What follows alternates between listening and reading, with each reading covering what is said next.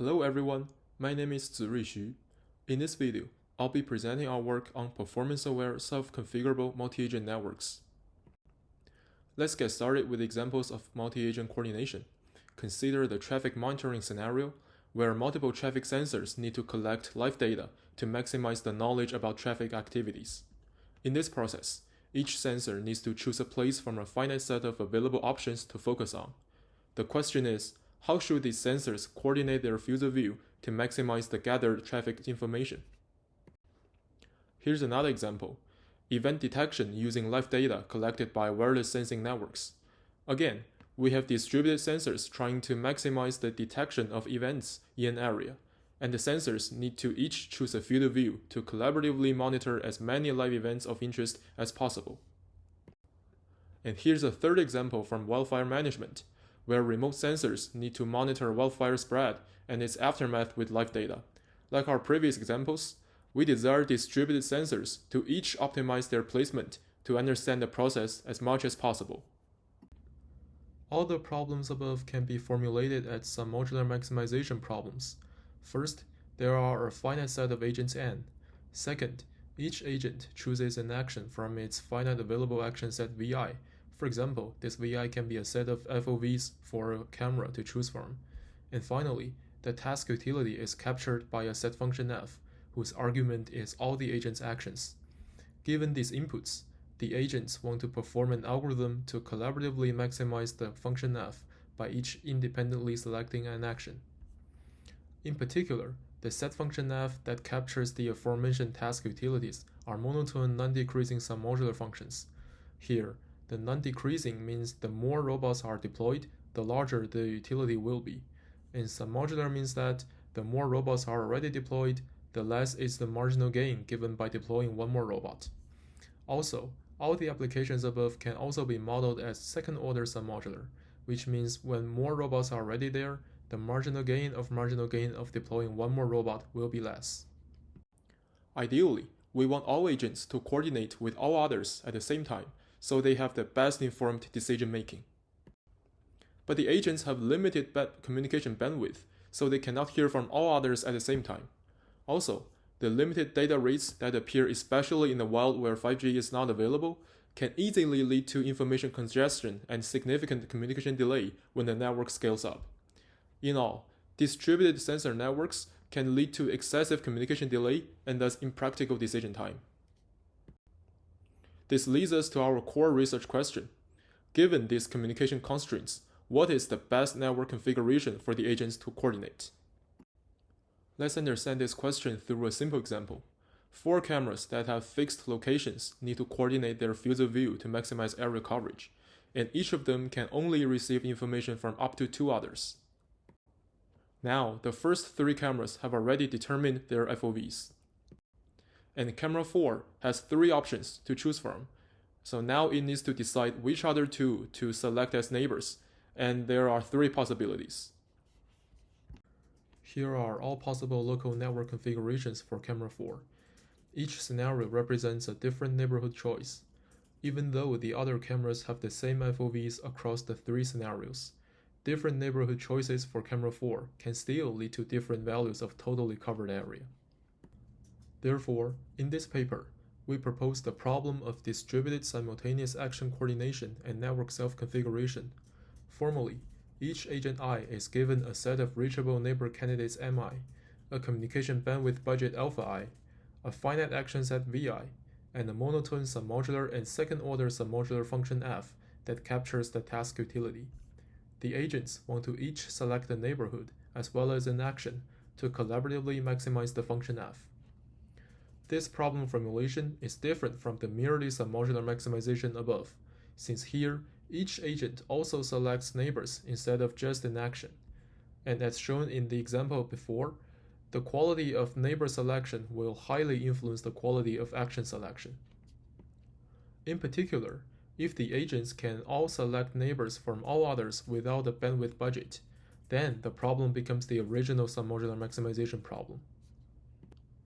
The distributed submodular maximization problem has been mainly studied in the form of merely action coordination, where the network configuration is already given. For the classical sequential greedy algorithm and its variants that let the agents sequentially select actions based on all previous decisions, while the approximation ratio can be near optimal, the decision speed can be slow in the presence of communication delay due to information relay across the network. Another line of work considers limited information access for the agents and analyzes how it will influence the suboptimality performance considering the worst-case function f. That is, they are agnostic to the actually given f. In this work, we introduce the network design problem for submodular maximization and propose a two-stage distributed alternating optimization framework for action coordination and network design. In particular, in terms of decision speed, our minimal communication design enables a faster speed than state-of-the-art in the presence of heavy inter-agent communication delay. And in terms of the approximation performance, we characterize the suboptimality of action coordination using a cost function of the network, denoted as C. The cost C is explicitly a function of the actually given f and of the information actually shared among agents. In contrast, in the aforementioned related work, their characterization is a worst-case bound over all possible functions f instead of the actual task instance. Finally, we can optimize the network by minimizing the quantification C. Now let's look at the structure of our alternating optimization framework. At every iteration t, the agents will first perform the action coordination stage and then the neighbor selection stage. First, to achieve fast decision making, each agent will simultaneously sample an action to maximize f without considering what neighbors they will choose. Then, at the neighbor selection stage, each agent will simultaneously sample a neighborhood without taking into account what actions they just selected at this iteration, and so on and so forth. Okay, so now let's say I'm an agent, and here is how I'm going to choose my action. So first, I will check the rewards of all my available actions given the neighborhoods that I've already selected in previous iterations. Then, I will use these rewards to update the probabilities of being selected for all my actions. The probability updating rule will be following the multiplicative weights update algorithm, which is actually a classical online learning tool and has been widely used in many areas. So finally, with the new distribution, I will sample my action for this iteration. The suboptimality cost incurred by the action coordination stage is shown here as a function of all agents' neighborhoods. To examine the suboptimality performance of action coordination, we define the cost of network decentralization as follows. In this figure, for the area coverage task, the cost is actually the negation of the utility overlap or say the mutual information between my action and my neighbor's actions. So intuitively, minimizing the cost just means maximizing this mutual information, and that means it will be more beneficial for me to have neighbors that are more relevant to myself. In the worst case, where the neighbors that I selected are too far such that the cost is just zero, then these neighbors are kind of unhelpful for me because they cannot help me examine whether my selected action contributes a large marginal gain in the presence of other agents' actions. So after just characterizing the cost of network decentralization, now we can prove that, considering the result of neighbor selection is given, our algorithm can select actions that minimize the value of C in expectation. Also, the result of our algorithm will be no worse than 1 minus curvature times the optimal function value minus the sum of costs. Here, the curvature is a metric commonly used in literature that evaluates how linear or say how modular a set function is. Notice that this bound is a function of all agents' costs. If we want to improve the bound, then we need to reduce the cost, and that will naturally lead to our proposed neighbor selection stage. Now we will present the neighbor selection problem. For each agent, the goal is to select a set of neighbors from the reachable neighbor candidates to minimize the cost C. When analyzing the neighbor selection problem, we realize that if f is non-decreasing and second-order submodular, then C will be non-increasing and supermodular.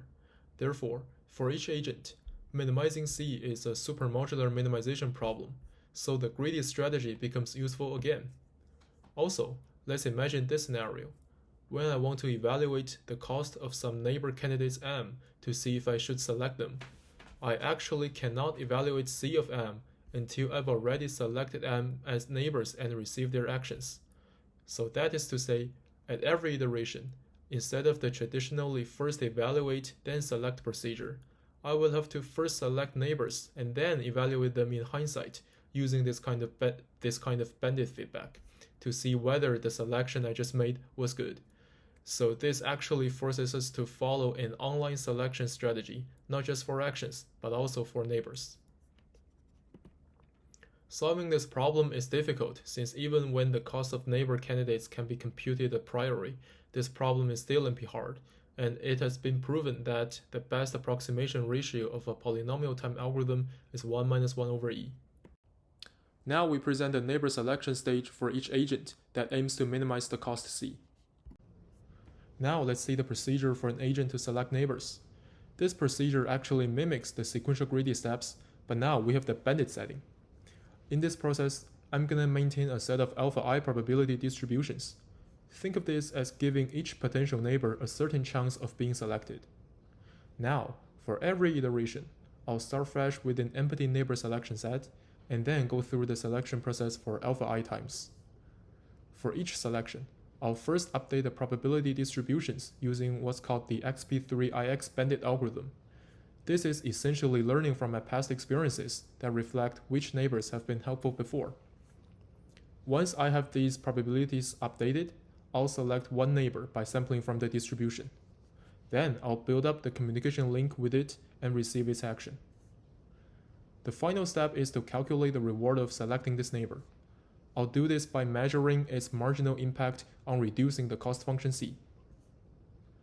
Afterwards, I'll repeat this process for each neighbor selection until I've chosen all the alpha I neighbors.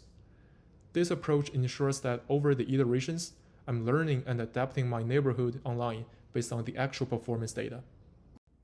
Our proposed neighbor selection steps can select neighborhoods with guaranteed performance with respect to the optimal neighborhood as follows. Where the optimal neighborhood Ni star is a cost minimizer in expectation given the selected actions. That is to say, the two stages in our alternating optimization framework are either optimal or near optimal given the other stage's output. Now we provide the main theorem about the suboptimality bound.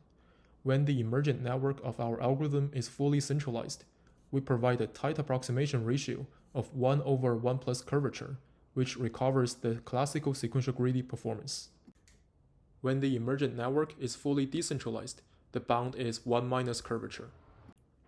And if the network is anything in between, our bound beta is in this range shown here. This result will be formally presented in the journal extension of this work, but basically the bound beta will increase when the agents have higher bandwidth budgets, and it will increase when every MI can include more of the optimal neighbor's Ni star. In terms of the efficiency for the agents to perform our algorithm, we also prove that our algorithm's decision time is linear in the largest number of reachable neighbor candidates for neighbor selection, and is quadratic in the total number of agents. It also increases with a larger available action set and a larger communication bandwidth budget. Compared to the state of the art, our algorithm is one order faster in a sparse directed network. We test our algorithm in a multi-camera area monitoring task where 60 cameras want to coordinate their directions to look at to maximize their coverage of a static environment, using the information from their neighborhoods. In particular, each camera can potentially receive captured images from all others that are within a certain distance from itself, but it has a communication bandwidth budget, so needs to choose which other cameras are the good ones to listen to. In the simulations, we compare instances of our algorithm with different bandwidth budgets. Also, we test the DFS-SG algorithm, which is a variant of the sequential greedy, so gives a 1/2 approximation guarantee. During the Monte Carlo trials, we test 3 different combinations of the function evaluation delay and the communication delay values. Moreover, although no network characterization is required for our algorithm to provide guarantees, we need to carefully design the communication ranges for the agents to make sure the network is always connected, which is needed by the DFS-SG algorithm. The simulation results show that, as the bandwidth budget increases, our algorithm's coverage performance will also increase, but the decision speed will decrease, which coincides with our theoretical results.